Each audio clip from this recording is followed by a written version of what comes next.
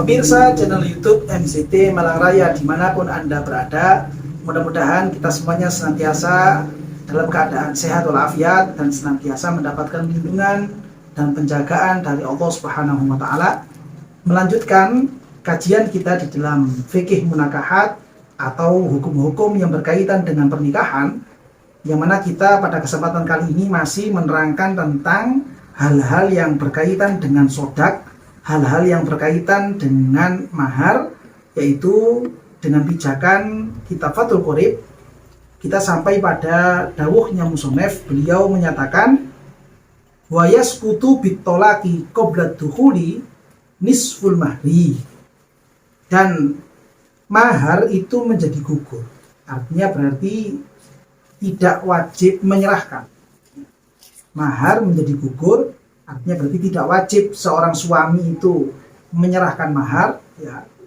Bitolaki, ketika terjadi talak, ketika terjadi perceraian, baik itu talak pertama atau langsung dua, atau bahkan mungkin langsung ditalak 3 dalam satu kesempatan.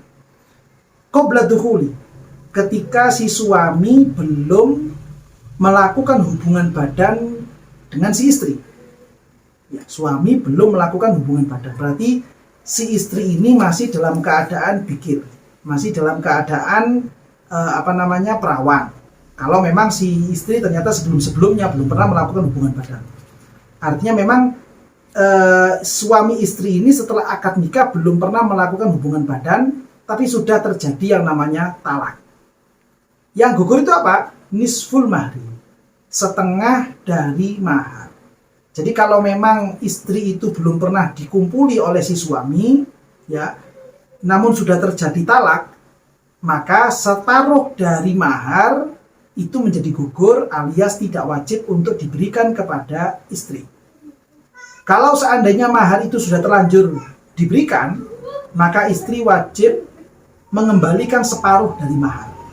Ini kalau belum pernah dikumpuli atau terjadi hubungan badan antara mereka berdua. Separuhnya adalah hak istri, separuhnya lagi adalah haknya suami. Nah, ini yang perlu diketahui. Kalau belum dikumpuli. Amma ba'da dukhul, tapi kalau seandainya sudah pernah terjadi hubungan badan, ya, maksudnya hubungan badan ini bukan sekedar, mohon maaf, hanya sekedar pelukan, bukan sekedar cium-ciuman, bukan, tapi maksudnya dukhul di situ memang masuknya hasyafah kepada farjinya istri, betul-betul terjadi senggama, ya, maksudnya seperti itu.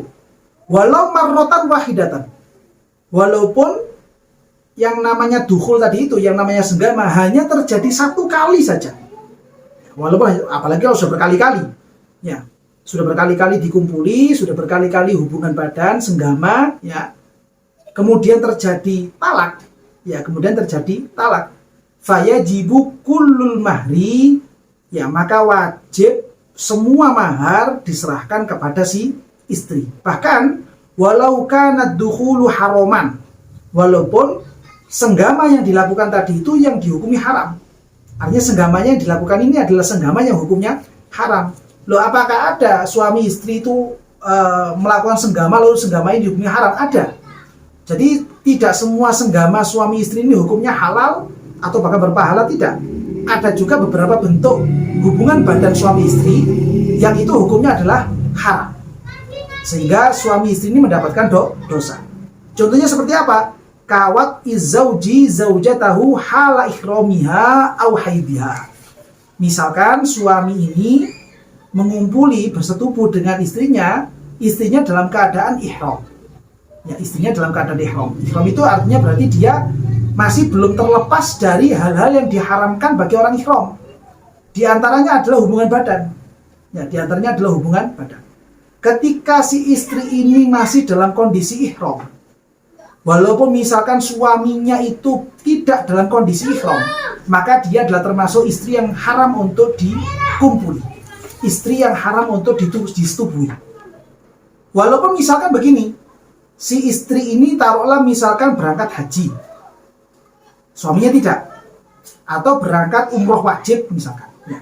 Lalu kemudian ketika si istri ini berangkat haji, ada rukun-rukun yang tidak selesai, tidak sempurna. Artinya ketika dia melaksanakan haji, rukun haji itu tidak terlaksana dengan baik. Ada yang batal. Kan ketika rukun haji itu tidak terlaksana dengan baik, maka wajibnya adalah mengqadha. Wajibnya adalah mengqadha. Kalau misalkan tidak diqadha, maka si istri masih dalam kondisi ihram. Sampai dia, si istri ini betul-betul telah mengqadha hutang rukun hajinya. Nah, ketika misalkan dia itu baru mengqadhanya tahun depan, di kesempatan haji yang tahun yang akan datang, maka 1 tahun itu si istri ini masih dihukumi ihram. Sehingga ketika masih dihukumi ihram, si istri tidak boleh menggunakan wangi-wangian, tidak boleh melepaskan menggunakan pakaian yang tertentu, bahkan juga termasuk tidak boleh dikumpuli hubungan badan dengan suaminya. Nah, ini termasuk hubungan badan yang hukumnya adalah haram. Kalau sampai terjadi, maka wajib untuk membayar dam.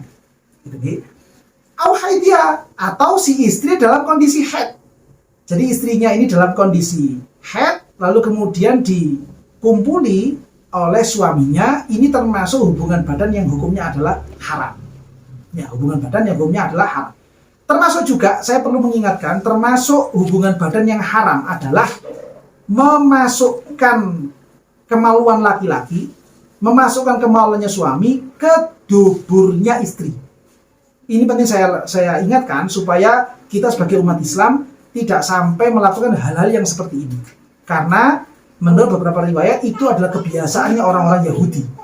Orang Yahudi memiliki salah satu kebiasaannya apa? Mereka melakukan hubungan badan dengan istrinya melalui jalur belakang.